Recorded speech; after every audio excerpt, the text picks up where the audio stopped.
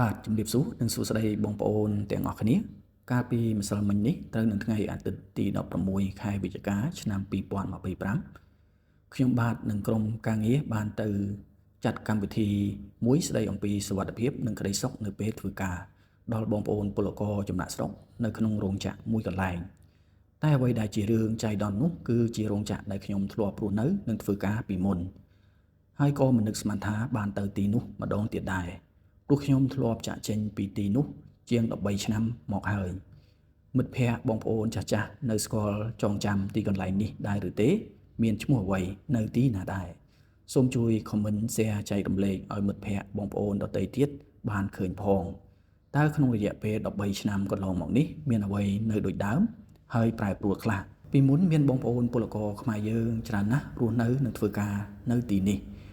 ដោយសារបញ្ហាការរស់នៅរួមគ្នាជាមួយជនជាតិភូមាមិនសូវចុះសម្រុងគ្នាក៏កើតជាទំនាស់អំពើហិង្សារវាងពលករខ្មែរនិងពលករភូមាធ្វើឲ្យមានពលករស្លាប់ទាំងសងខាងនៅពេលសម័យនោះបច្ចុប្បន្នពុំមានពលករខ្មែរយើងរស់នៅនិងធ្វើការទីនោះឡើយចំណែកខ្ញុំកន្លែងមួយនេះដូចជាផ្ទះទី2របស់ខ្ញុំអញ្ចឹងរូបភាពការចងចាំនិងអនុស្សាវរីយ៍នៅទីនេះមានច្រើនណាស់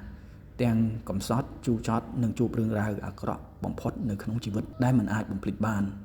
និងក៏ជាទីកន្លែងដំបូងបង្អស់ដែលខ្ញុំមកធ្វើការនៅក្នុងប្រទេសថៃកាលពី19ឆ្នាំមុនរយៈពេល6ឆ្នាំដែលខ្ញុំរស់នៅនិងធ្វើការនៅទីនេះធំធាត់នៅទីនេះ